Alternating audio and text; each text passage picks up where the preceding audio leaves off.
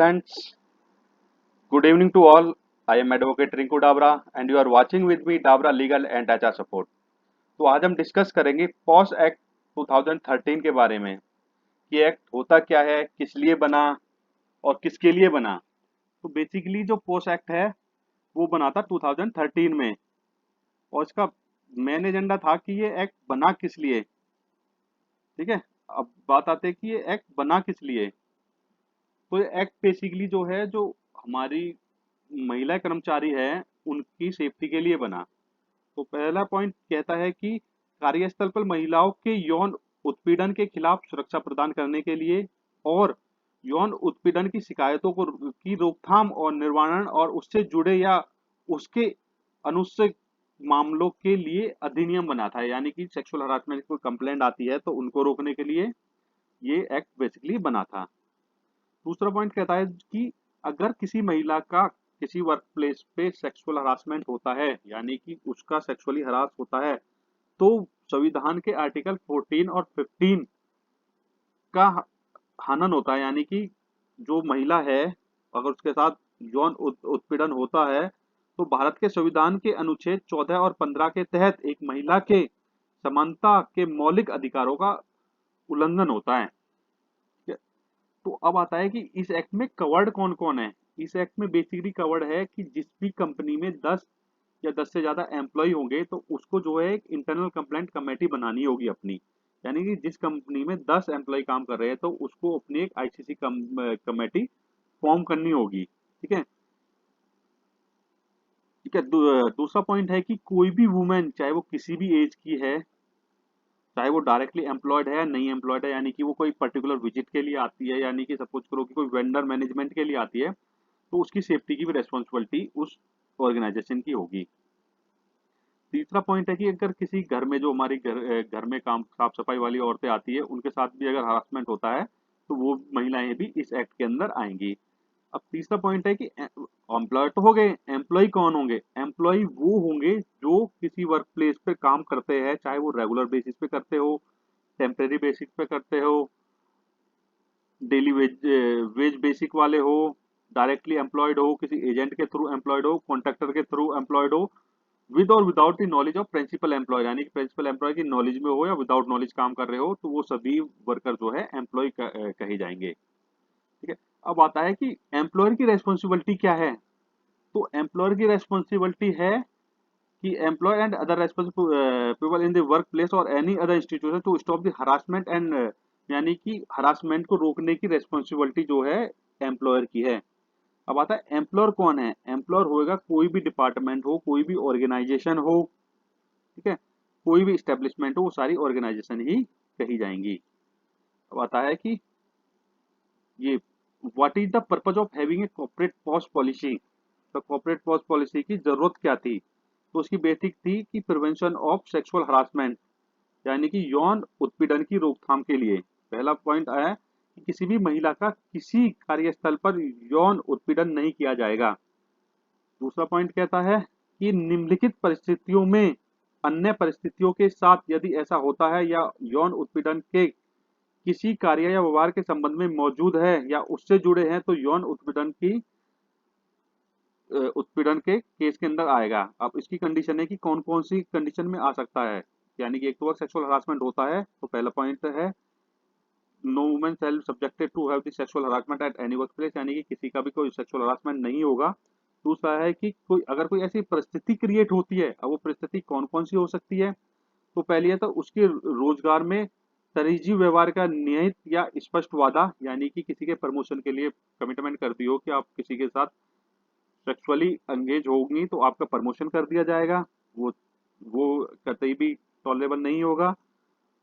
किसी को नौकरी दिलाने के लिए या किसी के प्रमोशन के लिए, या किसी को क्या है कि कंफर्टेबल, यानी कि आप बस ऑफिस आओ काम मत करना, इस टाइप के तहत कोई भी किसी को सेक्सुअल के रिलेशन के लिए रेडी नहीं कर सकता। ठीक है, अब बता constitution of internal complaint committee क्या होगी। यानी कि every employ of work place shall by an order in, यानी कि हर एम्प्लॉयर जो है बाउंड है एज पर एक्ट उसे अपनी आईसीसी कमेटी बनानी ही है। जो इंटरनल कमेटी होगी उसमें जो है एक प्रेसिडेंट ऑफिसर होगा, प्रेसिडेंट ऑफिसर कौन होगा, एक महिला ही होगी और जो एक सीनियर पोस्ट पर होगी उस ऑर्गेनाइजेशन में। सपोज करो कि उस ऑर्गेनाइजेशन में अगर कोई सीनियर पोस्ट पे महिला नहीं है, तो जो उसका कॉर्पोरेट ऑफिस है या दूसरी ब्रांच है वहां पे जो सीनियर पोजीशन पे कोई महिला होगी तो उसको कमेटी का प्रेसिडेंट बनाया जा सकता है। उस कमेटी में not less than the 2 member from among the employees preferred committee to the cause of the women, यानी कि महिलाओं उसमें मिनिमम 2 वर्कर एम्प्लॉय होंगी उस कमेटी में। और तीसरा पॉइंट है कि एक मेंबर जो है बाहर से आएगा। वो बाहर वाला मेंबर कौन हो सकता है, कोई वकील हो सकता है या जिसे सोशल वर्कर हो सकता है जिसे कि इस फील्ड की नॉलेज हो, ठीक है। और लास्ट पॉइंट है कि एटलीस्ट 1/2 यानी कि 50% महिला होगी कमेटी में। तो जो हमारा प्रेसिडेंट बनेगा वो 3 साल के लिए बनेगा, मैक्सिमम 3 साल से ज्यादा वो कमेटी नहीं बनेगी। 3 साल के बाद दोबारा से इलेक्शन होगा और दोबारा से प्रेसिडेंट चुना जाएगा। अब आता है डिफाइनिंग द सेक्सुअल हरासमेंट, यानी कि सेक्सुअल हरासमेंट क्या हो सकता है। जरूरी नहीं है कि डायरेक्टली क्या नाम है कि कोई फिजिकल रिलेशन बना रहा हो वही सेक्सुअल हरासमेंट होगा। तो ये कहता है कि इस नीति का उद्देश्य महिला कर्मचारियों को यौन उत्पीड़न के कृत्यों से बचाना है। यौन उत्पीड़नों में महिलाओं के प्रति निम्नलिखित में से कोई एक या अधिक कार्य या व्यवहार चाहे सीधे या यानी कि डायरेक्ट या इनडायरेक्ट होता है तो वो जो है सेक्सुअल हरासमेंट होगा। पहला पॉइंट है कि शारीरिक संपर्क यानी कि फिजिकल कांटेक्ट एंड एडवांस यानी कि किसी के कंधे पे हाथ रख देना। यौन अनुग्रह की मांग या अनुरोध यानी कि किसी के साथ सेक्सुअल रिलेशन बनाने के लिए मांग करना या रिक्वेस्ट करना। तीसरा पॉइंट में कि कुछ सेक्सुअल इम्यूनिज बनाना यानी कि साइंस बनाना जो सेक्स को डिफाइन करता हो। पोर्नोग्राफी दिखाना, असली साहित्य दिखाना और any other unwelcome physical verbal or non verbal conduct of sexual nature, ये भी होंगे। अब complaint of the sexual harassment यानी कि कंप्लेंट कैसे होगी, यानी कि कोई भी एग्रीव्ड वुमन यानी कि जिसके साथ सेक्सुअल हरासमेंट हुआ है वो अपनी कंप्लेंट रिटर्न में देगी सेक्सुअल हरासमेंट कमेटी को, जो उनकी इंटरनल कंप्लेंट कमेटी है। और उसका पीरियड है कि विद इन द 3 मंथ यानी कि जो लास्ट इंसिडेंट हुआ है उसके 3 महीने के अंदर अंदर उसको अपनी रिटर्न में कंप्लेंट देनी होगी। और अगर ये है कि सीरीज ऑफ इंसिडेंट यानी कि उसके साथ जो घटना है बार बार होती जा रही है, यानी किसी के साथ सेक्सुअल हरासमेंट हो रहा है कि जनवरी में भी हुआ, फरवरी में भी हुआ, मार्च में भी हुआ, तो जो लास्ट इंसिडेंट होगा उसके विद इन 3 मंथ के अंदर वो अपनी कंप्लेंट कर सकती है। अब आता है कि whether woman is unable to make, जहाँ पे जो जिसके साथ सेक्सुअल हरासमेंट हुआ है वो अपनी कंप्लेंट करने में अनेबल है किसी भी कंडीशन की वजह से, यानी कि फिजिकली है या मेंटली परेशान है या उसकी डेथ हो गई है, तो उस केस में जो है उसका लीगल हायर कंप्लेंट कर सकता है। कॉन्सिलिएशन क्या होता है, कॉन्सिलिएशन होता है कि इंटरनल कमेटी जो है, लोकल कमेटी हो या इंटरनल कंप्लेंट कमेटी हो, इनिशियली क्या करेगी, इंक्वायरी को under section 11 at the request of aggrieved woman take step to settle, यानी कि जो एग्रीव वुमन है उसकी रिक्वेस्ट पे मैटर को सेटल करने के लिए कंसाइल करेगी, यानी कि रिक्वेस्ट कर सकती है। बट इसके अगेंस्ट जिसके साथ सेक्सुअल हरासमेंट हुआ है वो कोई मॉनेटरी सेटलमेंट की डिमांड नहीं रख सकता। यानी कि सपोज करो कि किसी फीमेल वर्कर ने किसी मेल पे सेक्सुअल हरासमेंट का केस लगाया है और फिर वो कमेटी से कहती है कि मेरा फैसला करा दो, मैं अपनी कंप्लेंट वापस लेती हूँ। तो कंप्लेंट वापस कमेटी करा देगी, बट उसमें उस वुमेन की ये कंडीशन नहीं होगी कि उसको 50,000, 1 लाख, 10 लाख रुपए दिला दिए जाएं, यानी कि सेटलमेंट की कोई अमाउंट नहीं दी जाएगी। इंक्वायरी इनटू द कंप्लेंट, अगर कोई कंप्लेंट होती है तो उसकी इंक्वायरी कब हो सकती है, for the purpose of making inquiry under the subsection 1 the internal committee or the local committee as case may be shall have the same power are vested in the civil court, यानी कि जैसे कि civil court की proceeding होती है उसके तहत internal complaint committee अपनी इंक्वायरी बिठा सकती है, समन कर सकती है to attend of any person at examine his और ऑन ओथ, यानी किसी पर्सन को बुला सकती है उसके बयान लेने के लिए। Discovery and production of the document, कुछ डॉक्यूमेंट की रिक्वायरमेंट हो तो किसी को भी बुला सकते हैं कंपनी में से। एनी अदर मैटर विच में बी प्रिस्क्राइब्ड। अब आता है एक्शन ड्यूरिंग द पेंडेंसी, यानी कि जब केस चल रहा है तो उस दौरान क्या एक्शन होगा। इस दौरान क्या एक्शन होगा, जिस महिला ने कंप्लेंट करी है उसको जो है एम्प्लॉयर किसी दूसरी वर्क प्लेस पे भेज सकता है, यानी कि सपोज करो कि एक कंपनी की 5 यूनिट है, तो जिस यूनिट में ये इंसिडेंट हुआ है उसके अलावा उसको किसी और यूनिट में भेज सकता है काम करने के लिए। उसको लीव दे सकता है, यानी कि छुट्टी दे सकता है 3 महीने तक की, जब तक कि 3 महीने में केस सेटल होगा, यानी कि सेटल इन टर्म्स ऑफ की आउटपुट आएगा, इंक्वायरी होगी, रिपोर्ट बनेगी, तो 3 महीने की छुट्टी दे सकता है।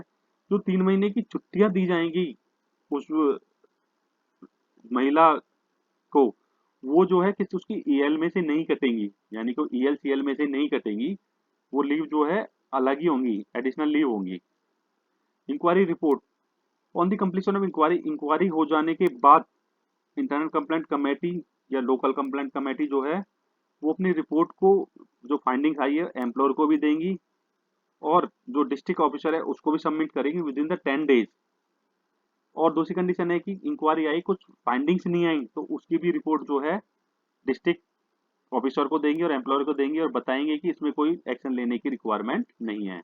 अब आता है ड्यूटीज ऑफ एम्प्लॉयर। एम्प्लॉयर की ड्यूटी है कि सेफ वर्क एनवायरनमेंट प्रोवाइड कराना, वर्कशॉप प्रोवाइड कराना, यानी कि अवेयरनेस प्रोग्राम करवाना, इक्वलेंट ऑफ लाइक कि हर महीने पे एक वर्कशॉप करवा दी जिसमें बताया जाए कि हमें ये सब नहीं करना है, मतलब कि अपने एम्प्लॉयज को एजुकेट किया जाए। तीसरा पॉइंट है कि जो एम्प्लॉय की ड्यूटी है कि अगर कोई भी ऐसा केस होता है तो उसको मिसकंडक्ट के तहत लिया जाए, नॉर्मली ना लिया जाए।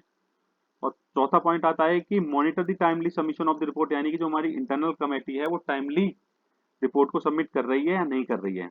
अब duties and the power of the district officer, अब डिस्ट्रिक्ट ऑफिसर की क्या ड्यूटीज होंगी, उसका हो ड्यूटी होगी कि उसको मॉनिटर करना है कि जो लोकल कमेटी है वो टाइमली रिपोर्ट को सबमिट कर रही है या नहीं कर रही है। दूसरा है कि उसे नेसेसरी एक्शन लेना होगा उस रिपोर्ट पे, और उसे अवेयरनेस प्रोग्राम्स जो है अरेंज करने होंगे। अब आता है committee to submit annual report. जो कमेटी है वो जो इंटरनल कंप्लेंट कमेटी है उसको जो है अपने कैलेंडर ईयर में एक रिपोर्ट सबमिट करनी होगी डिस्ट्रिक्ट ऑफिसर को। उसमें उसे मेंशन करने होंगे कि पूरी साल में कितने केसेज आए और उनकी क्या फाइंडिंग थी। और उसके बाद जब एनुअल रिपोर्ट जो है डिस्ट्रिक्ट ऑफिसर के पास चली जाएगी तो डिस्ट्रिक्ट ऑफिसर उसे फॉरवर्ड करेगा स्टेट गवर्नमेंट को। एम्प्लॉयर जो है क्या इंक्लूड करेगा अपनी एनुअल रिपोर्ट जो सबमिट करेगा उसको, उसमें उसकी रेस्पॉन्सिबिलिटी है कि उसे नंबर ऑफ केस कितने फाइल हुए, अगर कोई हुए, नहीं हुए तो कोई बात नहीं, जीरो दिखा देगा। डिस्पोजल कितने हुए अंडर दिस एक्ट इन एक साल में, और कोई रिपोर्ट बनी या नहीं बनी, कितनी रिपोर्ट प्रिपेयर हुई, कितनी क्या, ये सारी रिपोर्ट जो है वो डिस्ट्रिक्ट ऑफिसर को देगा। अगर अब इसके बाद आता है कि power to call information and inspection of the record, यानी कि जो रिपोर्ट आई है उसको डिस्ट्रिक्ट ऑफिसर के पास अधिकार है कॉल अपॉन एम्प्लॉयर और district officer to furnish writing such information relating to sexual harassment as it may be required. जो हमारी अप्रोप्रिएट गवर्नमेंट है उसके पास अधिकार है कि वो एम्प्लॉयर को बुला सकती है, डिस्ट्रिक्ट ऑफिसर को बुला सकती है, टू फर्निश इन राइटिंग, यानी रिटर्न में दे जो information related to sexual harassment थी उसकी as per as the requirement. Authorize any officer, यानी कि किसी ऑफिसर को अपॉइंट कर सकती है इंस्पेक्शन के लिए ऑफ द रिकॉर्ड, यानी कि जो रिकॉर्ड यहाँ सबमिट किए गए वो फेक तो नहीं है, यानी कि कंपनी में 10 केसेज हुए हो और कंपनी ने केवल एक केस तो नहीं दिखाया गया है। Every employer district officer shall produce on demand before the officer making the inspection all the information. Third point कहता है कि हर एम्प्लॉयर डिस्ट्रिक्ट ऑफिसर की रेस्पॉन्सिबिलिटी है कि अगर जो कैंडिडेट इन्वेस्टिगेशन के लिए अपॉइंट हुआ है, इंस्पेक्शन के लिए अपॉइंट हुआ है, उसको सारी इंफॉर्मेशन, सारे डॉक्यूमेंट प्रोवाइड कराएंगे। अब है कि पेनल्टी क्या हो सकती है नॉन कॉम्प्लाइंसेस पे। तो अगर कोई कंपनी जो है आईसीसी कमेटी नहीं रख सकती है, नहीं बनाती है, रख सकती का तो कोई क्वेश्चन ही नहीं आता, अगर नहीं बनाती है जहाँ पे एप्लीकेबल है, यानी कि 10 से ज्यादा वर्कर काम कर रहे हैं, तो क्या होगा उस पे जो है 50,000 रुपए तक का फाइन लगेगा फर्स्ट टाइम में। और उसे कहा जाएगा, फाइन लगने के बाद ये नहीं कि वो बच गए, उसके बाद उसे कहा जाएगा कि अपनी इंटरनल कंप्लेंट कमेटी फॉर्म करें। अगर उसके एक बार फाइन लगने के बाद भी अगर कोई ऑर्गेनाइजेशन अपनी इंटरनल कंप्लेंट कमेटी नहीं बनाती है तो सेकंड केस में क्या होगा, सेकंड बार जब कंप्लेंट होगी तो उसका जो लाइसेंस है वो भी कैंसिल हो जाएगा। अब क्वेश्चन आता है कि जिस कंपनी में 10 लोग हैं वहां पे तो आईसीसी कमेटी बन गई, लेकिन जिस कंपनी में 10 से कम एम्प्लॉय है तो वो कहाँ कंप्लेंट करेगी। तो हम बीच में एक टर्म पढ़ रहे थे लोकल कमेटी, तो वो जो हर डिस्ट्रिक्ट में एक लोकल कमेटी होगी। तो जिस कंपनी में 10 से कम एम्प्लॉय काम कर रहे हैं तो वहाँ पे as per act ICC internal complaint committee बनाने का तो प्रावधान नहीं बनता है, तो वो जो है अपनी लोकल कमेटी को जाके अपनी शिकायत दर्ज करा सकते हैं। तो आज हमने सीखा कि पॉस एक्ट क्या है, ये किसके लिए बना, ये महिलाओं की सेफ्टी के लिए बना, इसका प्रावधान क्या है, एम्प्लॉयर की रेस्पॉन्सिबिलिटी क्या है, अगर एम्प्लॉयर आईसीसी कमेटी नहीं बनाता है तो उसके पनिशमेंट के क्लॉज क्या क्या है, ठीक है। और एक पॉइंट इसमें से मिस हो गया है कि अगर कोई क्या नाम है मेल कैंडिडेट गिल्टी पाया जाता है सेक्सुअल हरासमेंट का तो उस पर क्या एक्शन होगा। तो जैसे कि हमने बताया कि उस पर जो है मिसकंडक्ट का केस लग के उसे जॉब से डिसमिस किया जाएगा, और ये एम्प्लॉयर की रेस्पॉन्सिबिलिटी है सीनियर ये देखते हुए कि कितना सीरियस केस है उसके अकॉर्डिंग उसके अगेंस्ट क्रिमिनल केस दायर कराना, यानी कि पुलिस को उसको हैंड ओवर करना और उसके अगेंस्ट केस दायर कराना, ये हमारे एम्प्लॉयर की रेस्पॉन्सिबिलिटी है। धन्यवाद दोस्तों, अगर आपको इस पीपीटी से कुछ सीखने को मिला हो और आपको अच्छी लगी हो तो आप हमारे चैनल को सब्सक्राइब कर दीजिए, वीडियो को लाइक कर दीजिए और वीडियो को अपने दोस्तों को भी फॉरवर्ड कर दीजिए। Thank you.